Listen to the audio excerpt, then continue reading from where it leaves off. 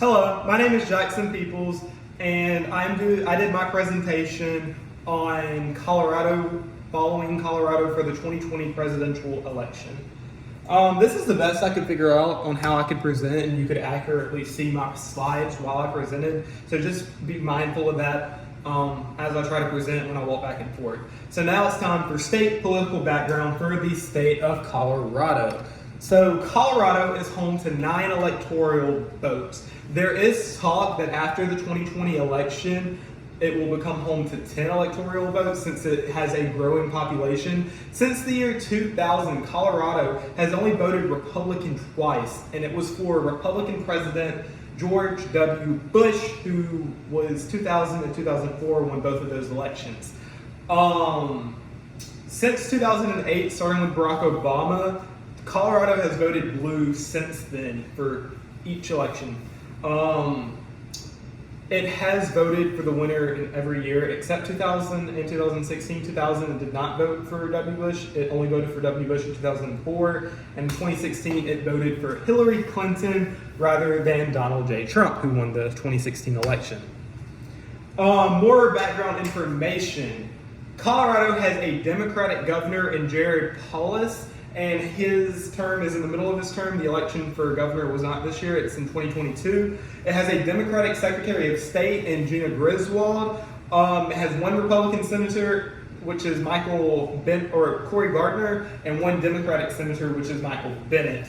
As you can see, the state really is heavily leaning Democratic. Even in the House of Representatives, it has 7 reps, and it has 4 Democratic representatives and 3 Republican representatives. What I found interesting is since the 2016 election and 2020 election, Colorado in the Democratic primaries did not vote for the person who was the Democratic nominee. In both years, they voted for Bernie Sanders rather than Hillary Clinton and Joe Biden. Other major races in the 2020 presidential election. So the first major one is incumbent Republican President Donald J. Trump running against Democratic challenger Joe Biden. That is the race for president. In Colorado, Biden has been between 50 and 55% leading in the polls, to Trump kissing 40%.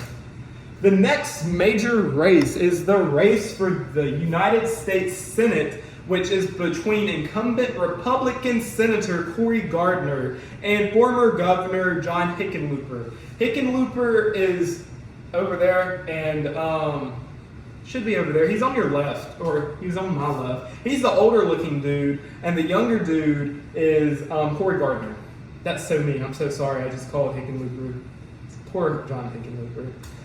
The next major race is found in the House of Representatives, which is between Democrat Dianne Feinstein and Republican Lauren Boebert. Boebert is the younger one. The older one is Lauren or Diana Feinstein.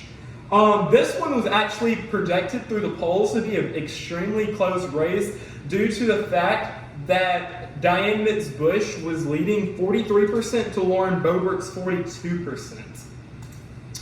Another interesting thing that can be found on the 2020 presidential ballot for Coloradoans,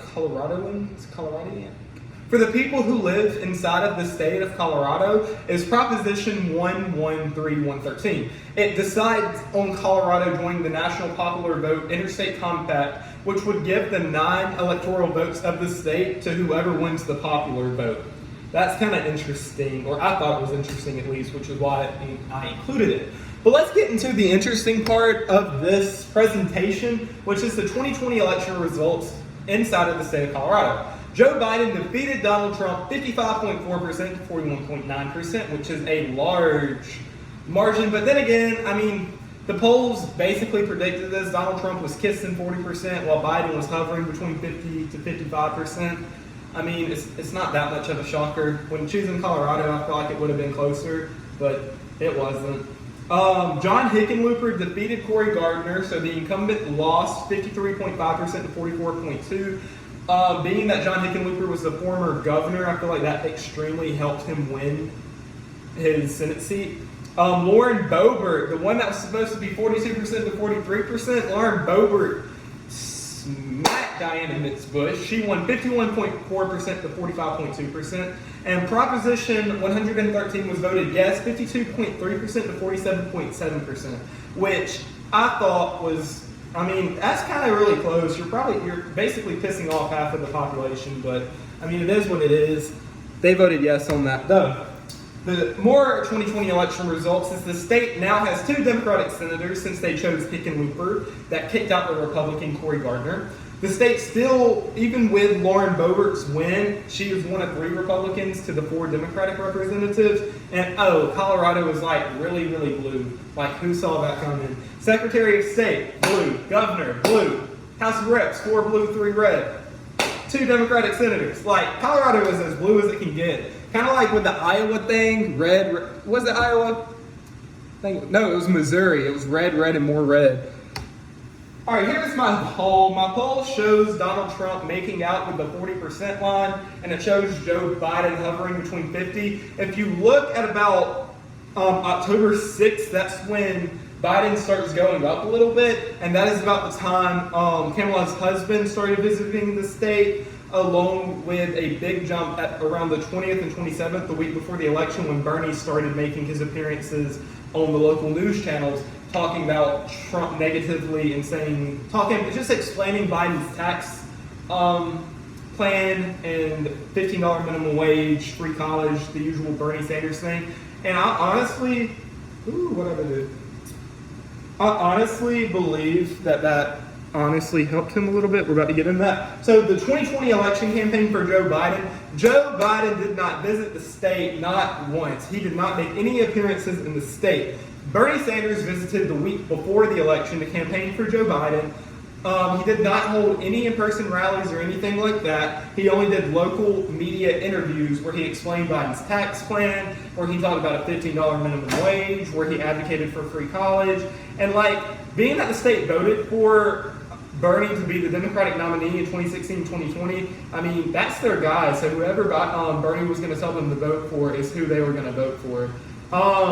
Democratic National Committee Chair Tom Perez made appearances throughout the state on Joe Biden's behalf. So did former HUD Secretary Julian Castro and the husband of Kamala Harris, the Imhoff, all made visits. The Biden campaign spent $564 million, $755,962 in ads in Colorado for the 2020 presidential campaign, which I thought was whack.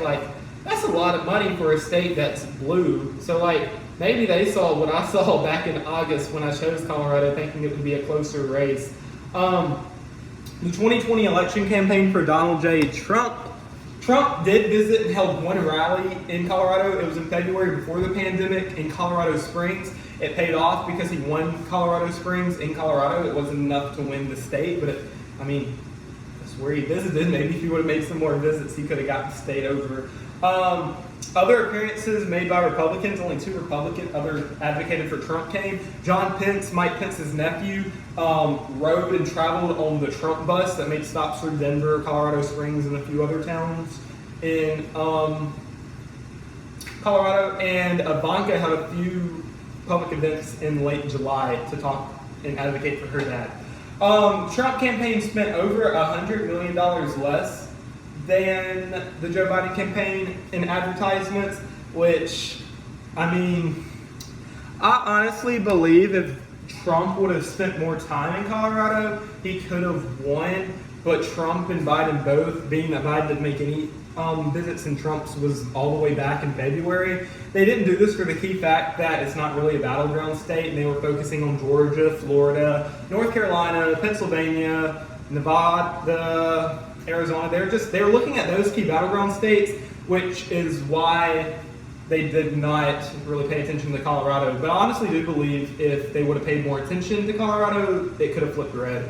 To conclude, I believe that Colorado has the potential to become a key battleground state in future elections due to its fast-growing population. It's going to get some more electoral votes. And with that, it'll gain more attention from the presidential candidates, because in a really close race, it could go either way to whoever candidate could win. So 10 votes could go a long way. These are my sources that I used to get my information to make this presentation. this is all I have for the 2020 presidential campaign for the state of Colorado. Thank you very much for working with me and listening to this odd presentation. But thank you very much. Thank you for your time, and have a happy Thanksgiving.